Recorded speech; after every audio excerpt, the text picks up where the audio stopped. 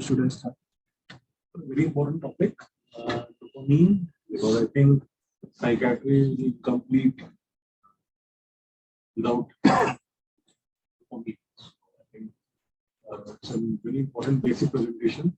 I hope everyone attends it and also contributes and can throw their questions around the presentation. It's a short presentation. Good morning, everyone. Today I am here to present my seminar on the topic of dopamine, and my moderator is Dr. Shobhit sir. We will study dopamine under the following headings. First of all, we will study about the types of biogenic monoamines, neurotransmitters classification. Then we will study about synthesis of dopamine, and then we will study about termination of its action and its receptors and pathways, and a schematic model of a dopaminergic synapse with sites of drug interaction. Biogenic monoamine neurotransmitters are classified into catecholamines, serotonin, histamine, and acetylcholine, and catecholamines in turn are classified into dopamine, norepinephrine, and epinephrine. Synthesis of dopamine in dopaminergic neurons. This is a diagram depicting the synthesis of dopamine in the presynaptic neurons.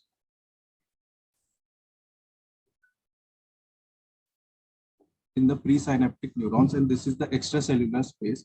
First of all, tyrosine, which is a precursor of dopamine, enters the presynaptic neurons with the help of the tyrosine transporter, which enters the dopaminergic nerve terminals. Tyrosine is then converted to dopa via tyrosine hydroxylase enzyme, which in turn dopa is converted to dopamine by dopa decarboxylase, and dopamine is then produced and packaged into synaptic vesicles via VMAT2, which is vesicular monoamine transporter 2, and it is stored until released into the synapse during the neurotransmission.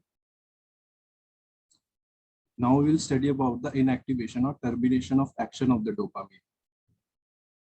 There are multiple mechanisms for the termination of the action of the dopamine, one of which is dopamine is transported out of the synaptic cleft and back into the presynaptic neuron via DAT, which is dopamine transporter, and it is repackaged for the future use. Another mechanism is it is broken down extracellularly via enzyme catecholamine methyl transferase, which destroy the dopamine. And the third mechanism is through the cortical dopamine terminal, in which third mechanism is in which MAO-A and MAO-B, which are present inside the mitochondria within the presynaptic neurons and glia, destroys the dopamine. Another mechanism is cortical dopamine terminal. In the prefrontal cortex, dopamine transporters are sparse. Thus, predominant method of dopamine inactivation is via MAO-A and MAO-B intracellularly and COMT extracellularly.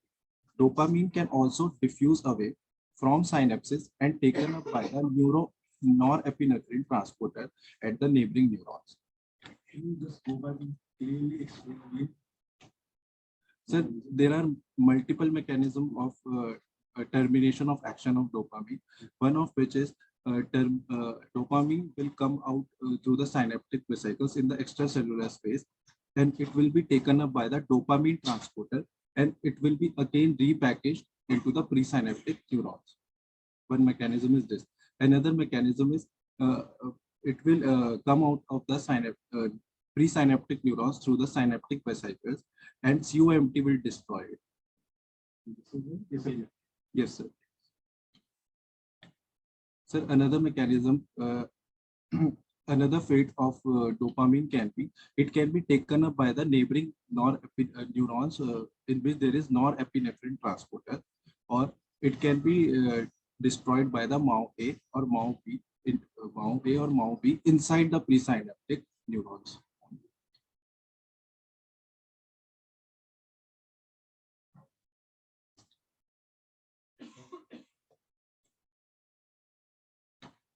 Dopamine receptors. The dopamine receptors are key regulators of dopamine neurotransmission. There are 5 pharmacological subtypes of dopamine receptors: D1, D2, D3, D4, and D5, and it is further divided into 2 groups: one of which is D1-like receptors, in which D1 and D5 are included, and another is D2-like receptors, in which D2, D3, and D4 are included. D1-like receptors activate GS family of G proteins, which increases the adenylate cyclase activity, which is found post-synaptically on the dopamine receptor cell. On the other hand, D2-like receptors inhibit the adenylate cyclase activity. This is a diagram depicting the D1-like receptors and D2-like receptors. D1-like receptor, which includes D1 and D5 receptors, are excitatory and stimulate postsynaptic neurons. On the other hand, D2-like receptors, which include D2, D3, and D4, inhibits the postsynaptic neuron. This concludes that dopamine can be excitatory or inhibitory depending on which subtype it binds to.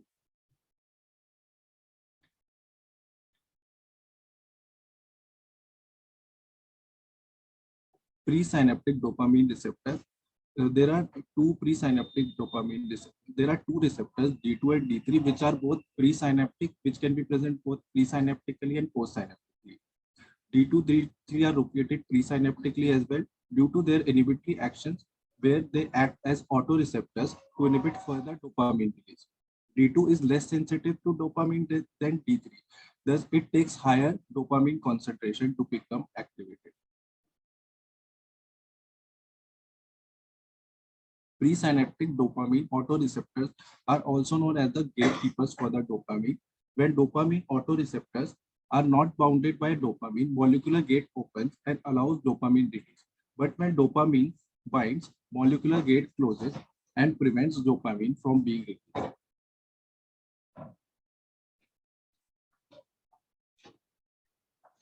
Now we will study in detail about the dopamine receptors. D1 receptors, which are located in the striatum, nucleus accumbens, and frontal cortex, are involved in the cognitive functions of dopamine, that is control of working memory and attention.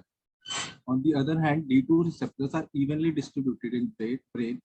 Highest levels are present in striatum and nucleus accumbens.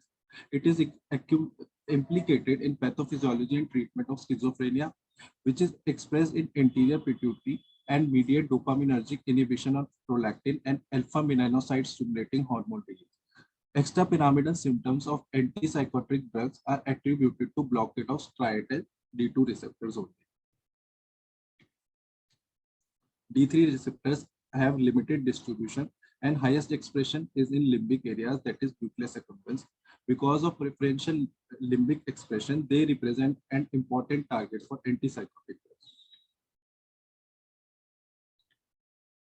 D4 receptors are expressed in the frontal cortex, midbrain, amygdala, hippocampus, and medulla, and it is associated with increased risk of schizophrenia, and clozapine has a high affinity for D4 receptors. D5 receptors are expressed at low levels in multiple brain regions. It can be located in hippocampus, hypothalamus, prefrontal cortex, and striatum. Now we will study about the dopaminergic pathways. There are 5 important classical dopaminergic pathways: nigrostriatal pathway, mesolimbic, mesocortical, tuberoinfundibular, and thalamic dopamine pathway.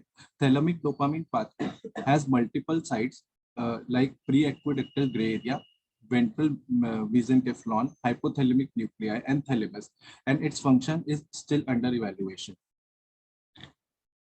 Now we'll study in detail about the nigrostriatal pathway. A nigrostriatal pathway projects from substantia nigra to the basal ganglia or striatum, and it is a part of extrapyramidal nervous system, and it modulates the motor movements. Clinical significance is, if there is increase in dopamine activity in this pathway, it can lead to symptoms like bradykinesia, tremors, and rigidity, which is seen in Parkinsonism. And if there is increase in dopamine activity in this pathway, we will see hyperkinetic movements like tics or dyskinesias. Second pathway is the mesolimbic pathway, which projects from the ventral tegmental area in brainstem to nucleus accumbens in ventral striatum, and its function is regulation of motivation and reward. Its hyperactivity can lead to drug-induced highs or positive symptoms of schizophrenia. On the other hand, its hypoactivity will lead to anhedonia, apathy, lack of energy, negative symptoms, and affective symptoms.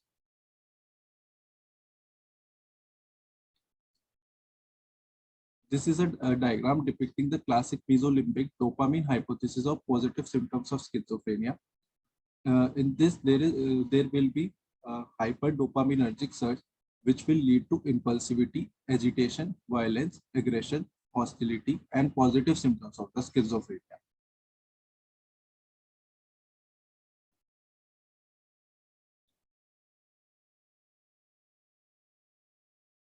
And now we discuss about the classical mesocortical pathway, which we will study in two headings: classical mesocortical pathway to dorsolateral prefrontal cortex and to ventromedial prefrontal cortex. It projects from ventral tegmental area to the dorsolateral prefrontal cortex, and its function is in cognitive and executive functioning. Its hypoactivity can lead to negative symptoms and cognitive symptoms. Mesocortical pathway, which projects from the ventral tegmental area to ventromedial prefrontal cortex, which is responsible for emotions and effects. Its hypoactivity will lead to negative symptoms and affective symptoms. Tubero-infundibular pathway, which projects from the hypothalamus to the anterior pituitary, regulates the prolactin secretion. And it is believed that it is normal in untreated schizophrenia. If dopamine neurons are disrupted due to lesions or any drug, it will lead to increase in prolactin levels, which will in turn lead to galactoria, gynecomastia, amenorrhea, or sexual dysfunction.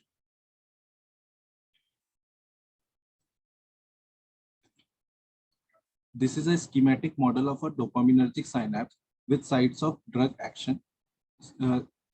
Tyrosine, as we have studied earlier, tyrosine is converted to dopa, and then dopa is converted into dopamine in the presynaptic neuron. To site number 1, which will inhibit the tyrosine hydroxylase, competitive inhibitor alpha methyl tyrosine. Site number 2, drug VMAT2 inhibitors like tetrabenazine, which can be used in the treatment of hyperkinetic disorders. If drugs which act on the site number 3 and 4 are dopamine 2 agonists like bromocriptine and apomorphine, which can be used in disorders like Parkinson's disease.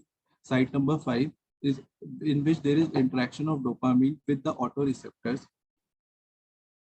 As we have studied earlier, D2 and D3 receptors are presented both presynaptically and postsynaptically. Low dose apomorphine can be used experimentally for the treatment of the Parkinson's disease. Site number 6, which includes the drug of abuse, cocaine inhibits dopamine transporter, and amphetamines increase dopamine release via the transporter. Site number 7 is MAO-B, where MAO-B inhibitors like selegiline, which are used in disorders like Parkinson's disease. And site number 8 is COMT inhibitors like tolcapone and entacapone, which in turn can be used in Parkinson's disorders. These are my references. With this, I think we invite the audience to the formative comments, any questions, clarifications. A very basic topic. I think we should have a very healthy and discussion. Is it type 4 receptor associated with schizophrenia? How is that? So type 4 receptor is bias association with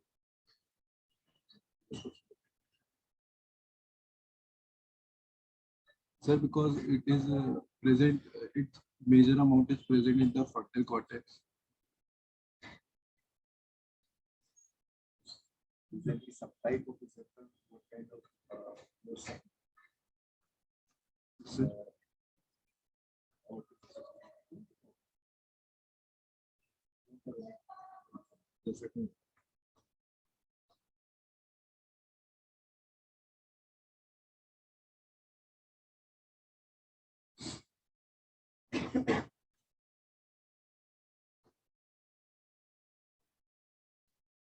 Can you throw light on like typical antipsychotic and atypical antipsychotic?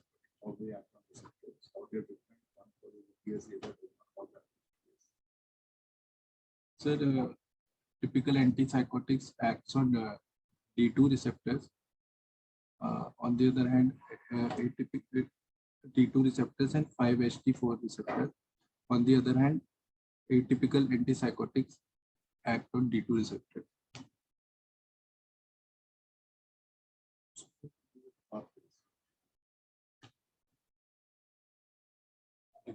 D4 is Yes, sir. D2 is hydrocyclic.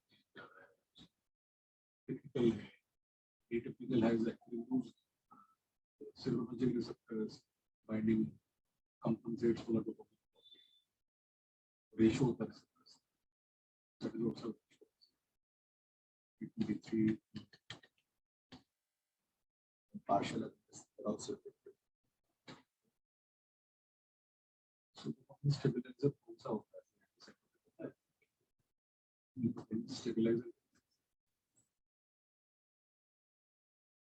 areas where dopamine is less clinical, areas where dopamine is more clinical.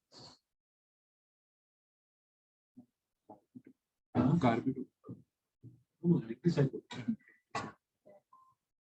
Carbidopamine increase dopamine.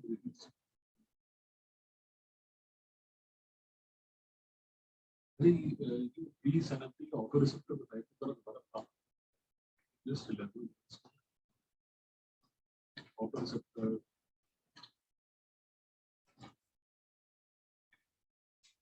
Sir, out of 5 subtypes, D2 and D3 are present both presynaptically in presynaptic neurons as well as in postsynaptic.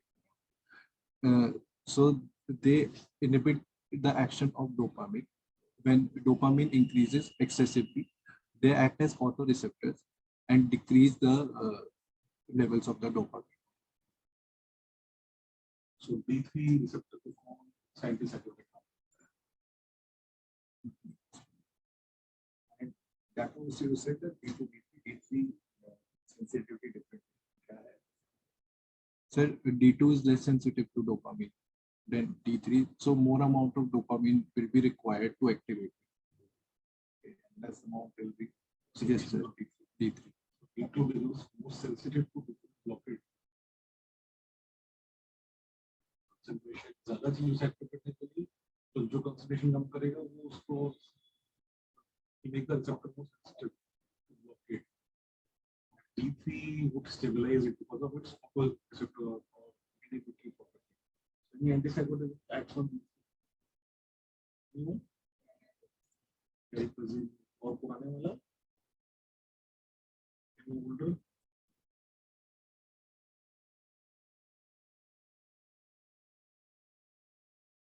What does aripiprazole does? And look at the D3 classical antisulfuride. Aripiprazole side of Gibson more in the fashionable version of antisulfuride because of D3 properties. Aripiprazole does this balancing action because of D2 D3 actions.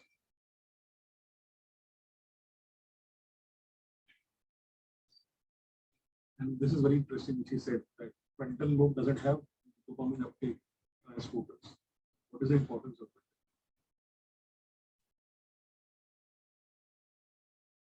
Why it is important? This concept. So frontal lobe actually, because it doesn't have DAT, so recycling of available dopamine doesn't happen. Right? So when we give an antipsychotic, probably a little higher dosages, specifically typical, so it will block the dopamine receptors, and there is no dopamine available to recycle. So it will be taken up by NET, it will be taken up, it will be destroyed by COMT or MAO. So it will not be recycled. So frontal lobe inhibition happens. That is where negative symptoms or cognitive deficits takes place, which atypical antipsychotics theoretically doesn't. Addiction dopamine बढ़ जाता है. See, dopamine is important in all the depression. Serotonin dopamine का है कुछ relation serotonin transmitters.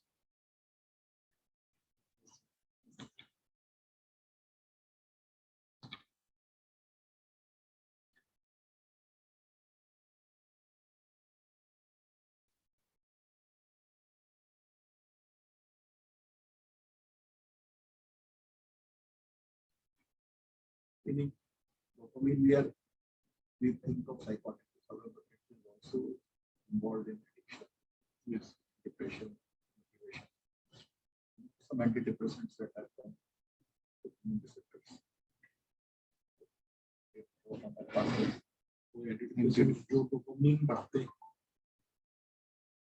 antidepressants which increases basically modulation of dopamine is increased.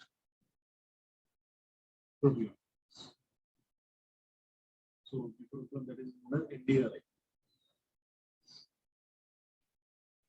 That is why many times they say that don't give it beyond 456 milligram in psychosis. That can increase exacerbate psychosis or creation psychotic. any other anti-SSRIs.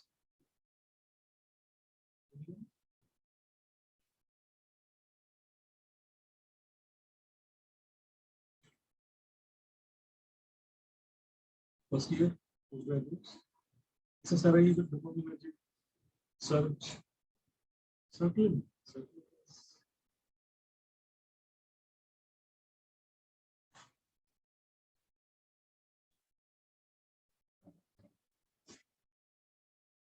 So reward pathway. हमने बताया yes. Reward pathway के लिए तो like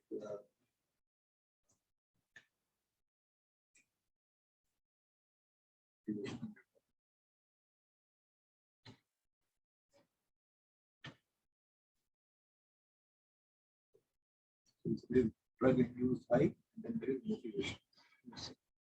Okay.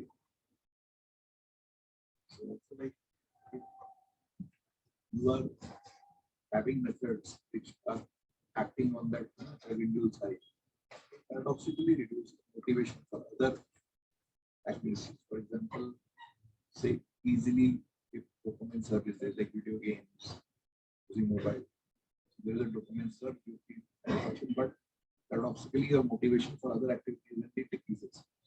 So if you lay out these things, so it's typically like somebody is motivated to do work and he picks up video game and then it's not just time. After half an hour of playing video game, he will not feel like doing tasks which where there is perseverance and you get a reward later on. What is salience? Use salience.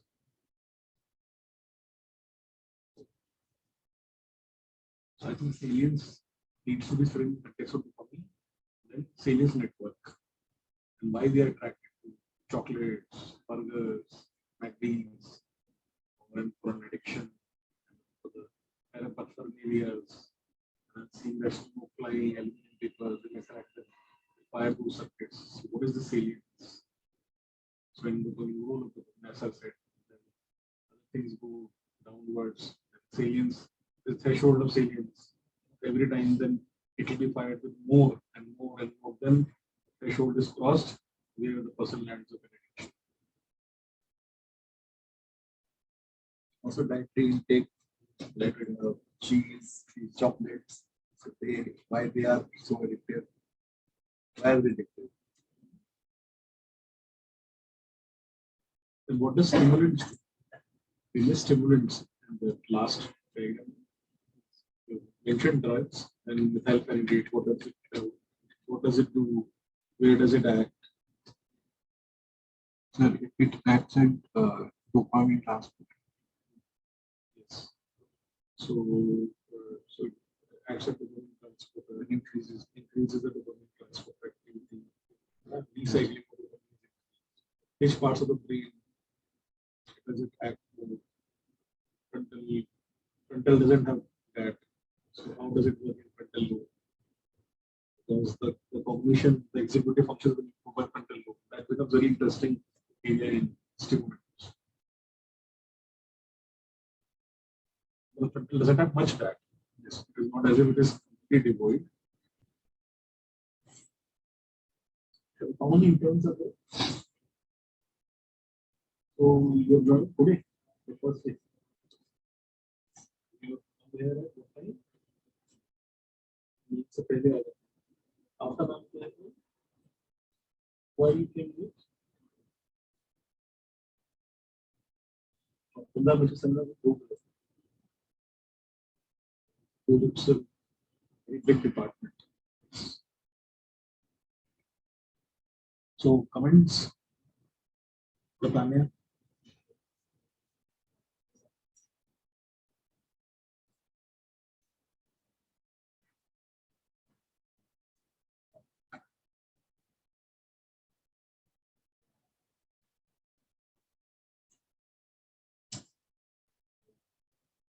Type of it has been used for movement disorders, but why not for psychosis? Why not be used?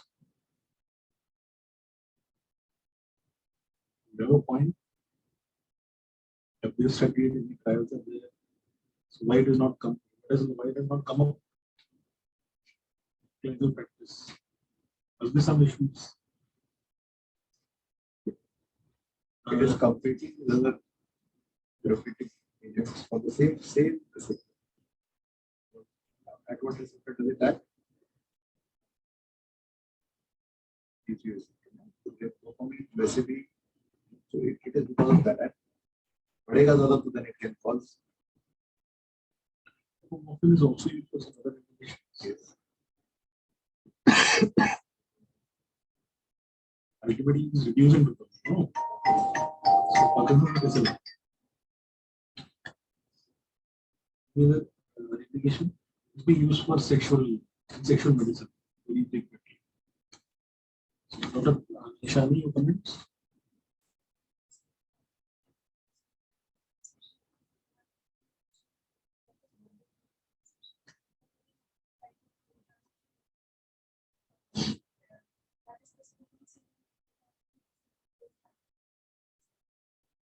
So retrograde, how it is important?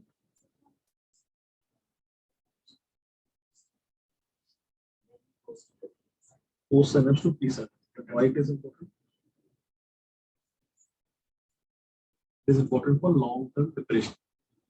So pre-synapse, it gets activated, then post-synapse, then long-term potentiation happens. And as she said, these mechanisms leads to long-term depression.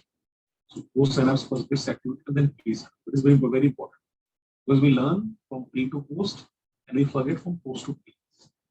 This helps in forgetting also. So forgetting is a mechanism which then promotes subsequent learning. A lot of old, but erroneous, irrelevant details are being super. Aditi?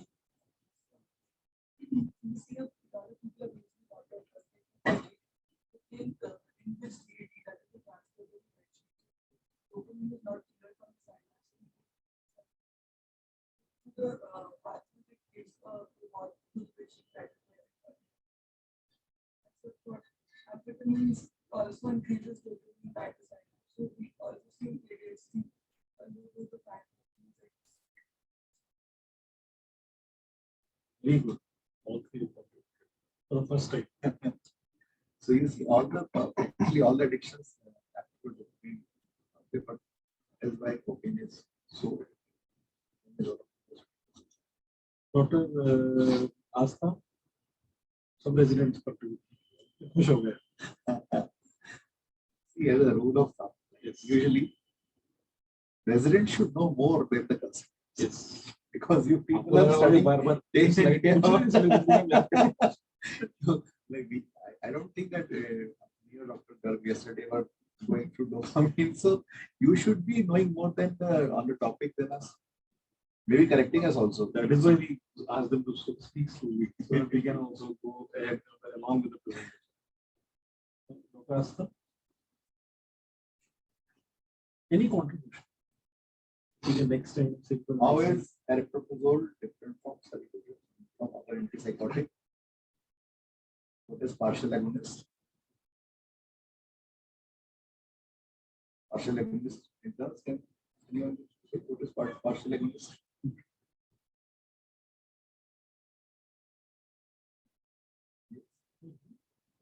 There's no fear in giving a wrong answer. What is partial agonist?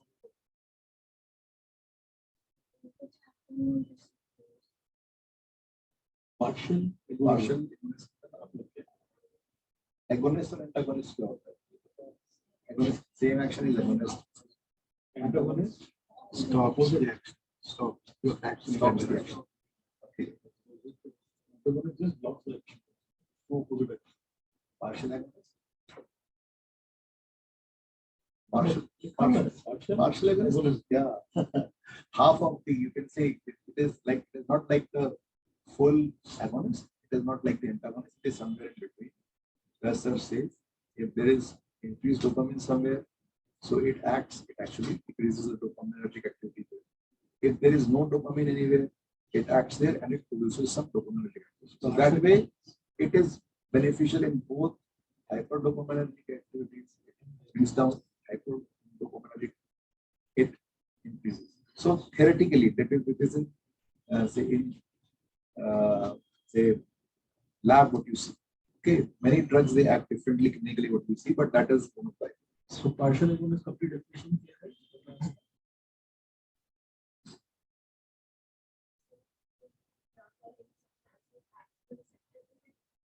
Intrinsic activity the receptor is between 0 to 1. But in presence of full agonist, it acts as an antagonist. As a complete. That is what most service trying to establish. In presence of Full agonist में हो कम कर देगा या नहीं हो सकता देगा. That is why causalism is dopamine stimuli.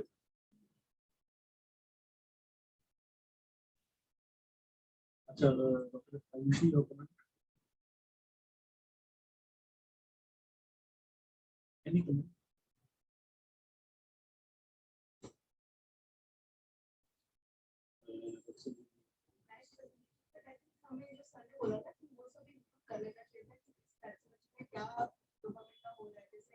Addiction और नॉर्मल प्रेशर में क्या फर्क है मतलब वो सर्च हो रहा है और रिपीट कर रहा है तो वो है ना स्टार्ट से साइकोसिस में कौन सी क्या है तो डोपामिन जब आंसर में लिखना होता है तो हम वो सब भी इंक्लूड करते हैं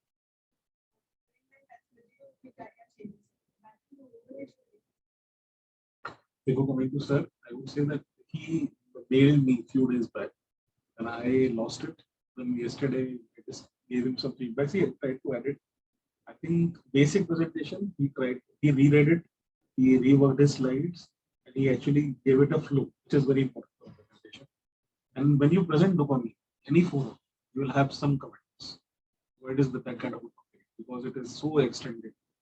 So maybe we can do it subsequent batches, the same topic. Very good topic, I think. The academic sir has given this topic, very good topic, because this is what brings a lot of discussion, a lot of revisiting. Maybe next presentation, someone does gives it more meaning, more enriching content. But in the sense, that's not the. So yes, we take it for granted that you know this. With this, the information that you given in this slide, you have to know inside out the pathways, the receptors, and pathways for all pathologies because they will be appearing in number of other areas also. Right.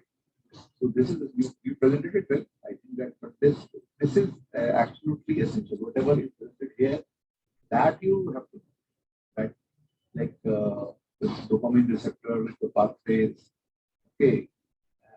Basic pathways that you have to know because if you don't know this, then you will have difficulty in understanding how actually it is working in an addiction, how antipsychotics are working, how antipsychotics are working. So this information is must, you will divide must know, should know, and desirable. So this is must know. It is must know. Okay, this information is must know. If you don't answer this, then it will be. If you give the answer, there are no points for giving the answer. But if you don't answer these questions, then they are for regarding your presentation. Then actually this much answer you give, then obviously more questions will come. And dopaminergic techniques, because it has come in now various stages. Now they are saying it is a completely different issue. It has nothing to do with post synapse. It has actually everything is being done at pre-synapse. So वो भी करना. Hoves et al. Has reviewed stage one era of habits, second era, third era. Those things need to be also read in.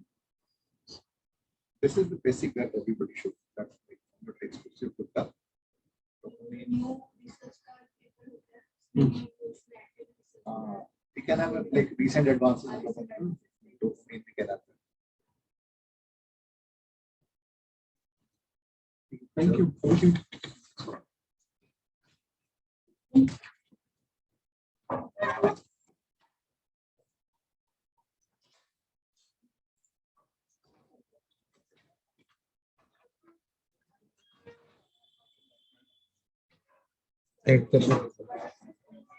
Add कर दो ना.